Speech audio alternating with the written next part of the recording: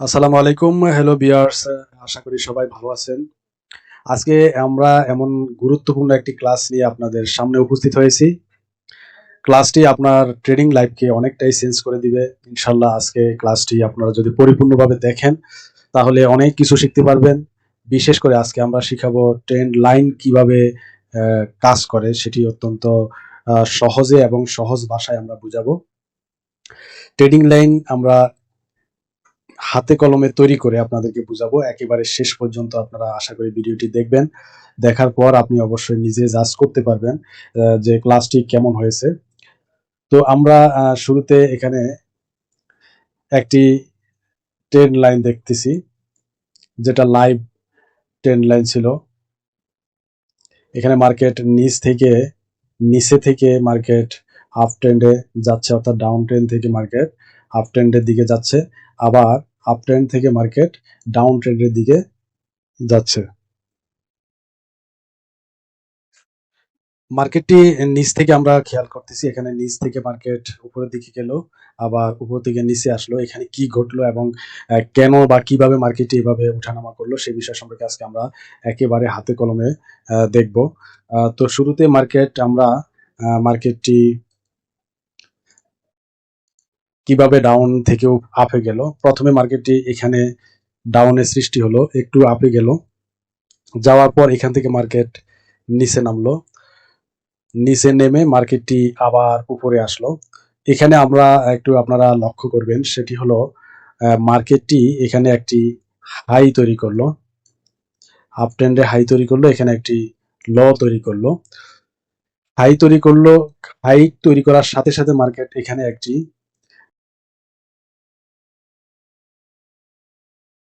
Resistance level সৃষ্টি হলো। মার্কেটটি high তৈরি করার সাথে সাথে এখানে একটি রেজিস্ট্যান্স লেভেল সৃষ্টি হলো। এরপর মার্কেট এখানে লো তৈরি করার সাথে সাথে এখানে একটি সাপোর্ট সৃষ্টি হলো। তারপর মার্কেট একটু উপরে গেল। তার আগে মার্কেট উপরে যাওয়ার আগে এখানে এই রেজিস্ট্যান্স লেভেলটিকে ভেঙে ফেলে এখানে বিওএস মানে ব্রেক অফ স্ট্রাকচার সৃষ্টি করলো। এখানে একটি বিওএস এর অর্থ হলো ব্রেক অফ স্ট্রাকচার, ভেঙে ফেললো মার্কেটটি। এই ব্রেক অফ স্ট্রাকচার ভেঙে এরপর মার্কেট উপরে উঠলো, এখানে একটি হায়ার হাই তৈরি করলো। এইচ মানে হায়ার হাই তৈরি করে পূর্বের লো থেকে আরেকটু উপরে একটি লয়ার লো তৈরি করলো। তারপর মার্কেট আবার উপরে আসলো। এরপর মার্কেট একটু নিচে নামলো, আবার উপরে গেল, আবার নিচে নামলো, আবার উপরে আসলো। এখানে প্রত্যেকটি ক্ষেত্রে হায়ার হাই এবং হায়ার লো তৈরি করলো মার্কেটই। এখানে হায়ার হাই এবং হায়ার লো হবে, হায়ার হাই এবং হায়ার লো তৈরি করলো।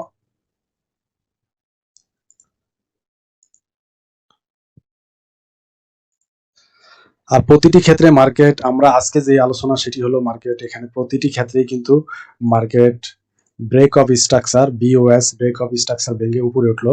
এখন ব্রেক অফ স্ট্রাকচার কিভাবে ভাঙে এই বিষয়টি আপনি বুঝতে হলে প্রথমে যেটা আপনাকে খেয়াল করতে হবে, আমাদের প্রথমে যে হাইটা তৈরি হলো, এরপর এখানে এসে মার্কেট নিচে নামলো, তারপর একটি লো তৈরি করলো।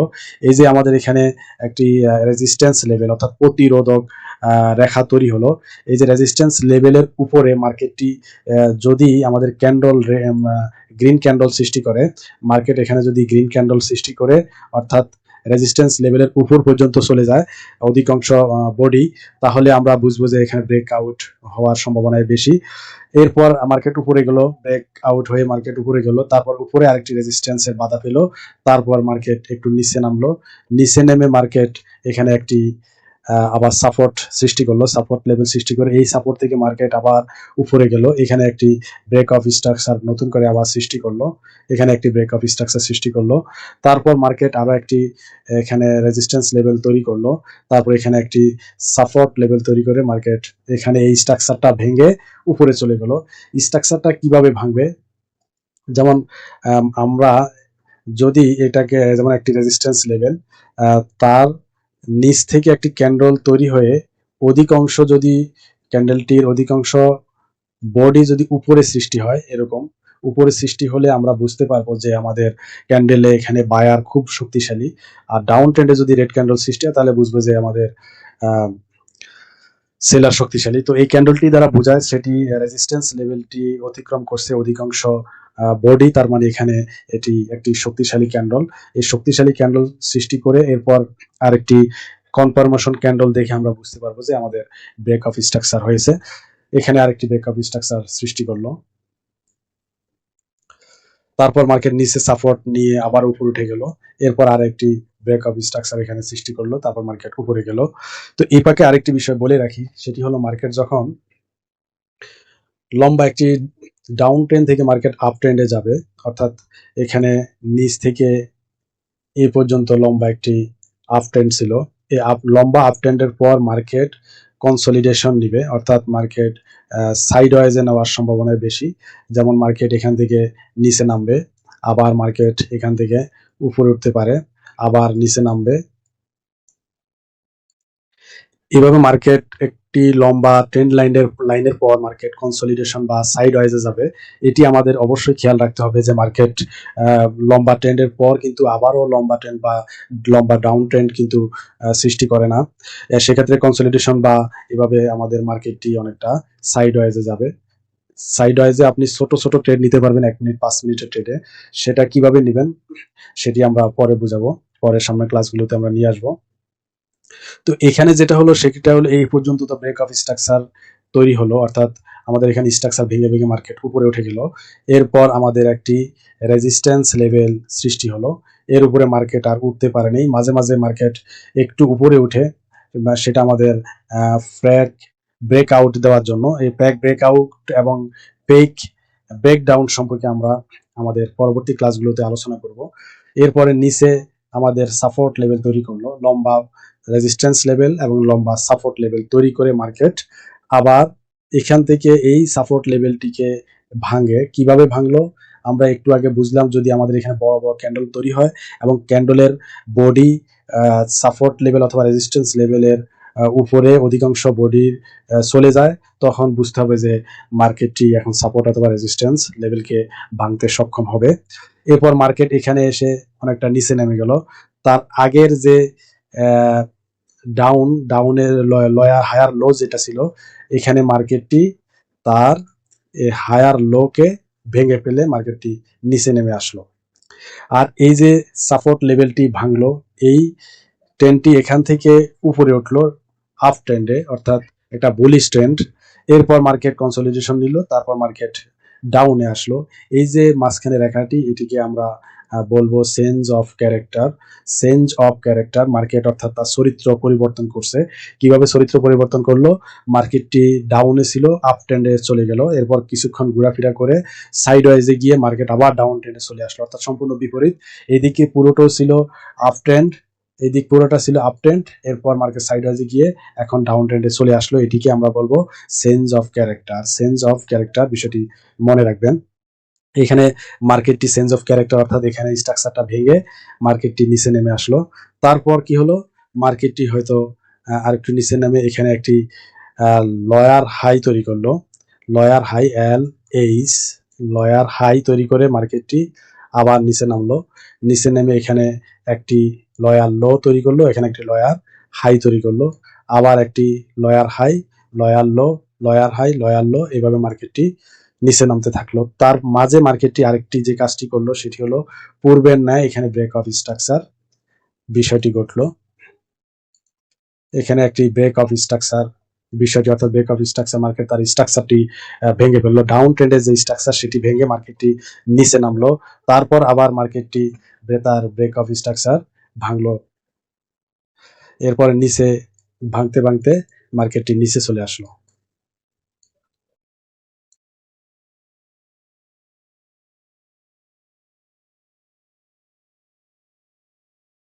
আর এই প্রতি ক্ষেত্রে মার্কেট লয়ার লো, লয়ার হাই বলেন কিংবা হায়ার হাই, হায়ার লো বলেন, প্রতিটি ক্ষেত্রে মার্কেট যে তার হাই লেভেল অথবা লো লেভেলে ক্যান্ডেল কোন কোন ক্যান্ডেল সৃষ্টি করে এরকম পরিবর্তন ঘটে সেটি আমরা আমাদের পূর্বে ক্লাসে আলোচনা করছি।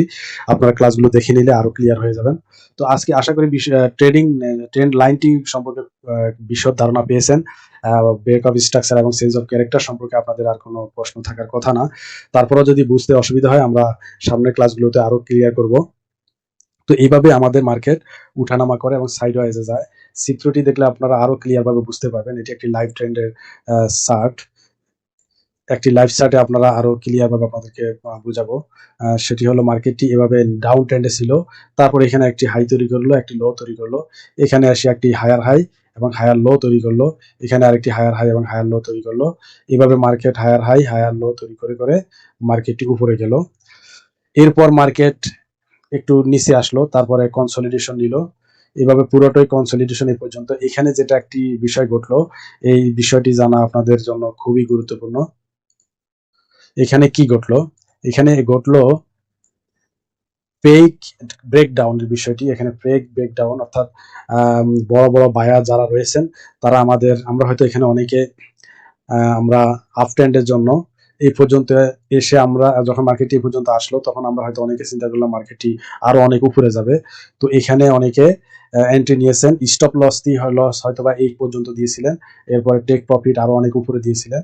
কিন্তু যারা প্রাতিষ্ঠানিক ব্যাংক অথবা বড় বড় কোম্পানিগুলো আমাদের এই স্ট্রাকচার মানে এখানে প্রফিট এবং আমরা আমাদের এসএলটা হিট করিয়ে দিল পেক ব্রেক ডাউনের মাধ্যমে। মার্কেটটিকে বড় একটি ক্যান্ডেল এখানে আপনারা স্পষ্ট দেখতে পাচ্ছেন, একটি বড় ক্যান্ডেল তৈরি করলো।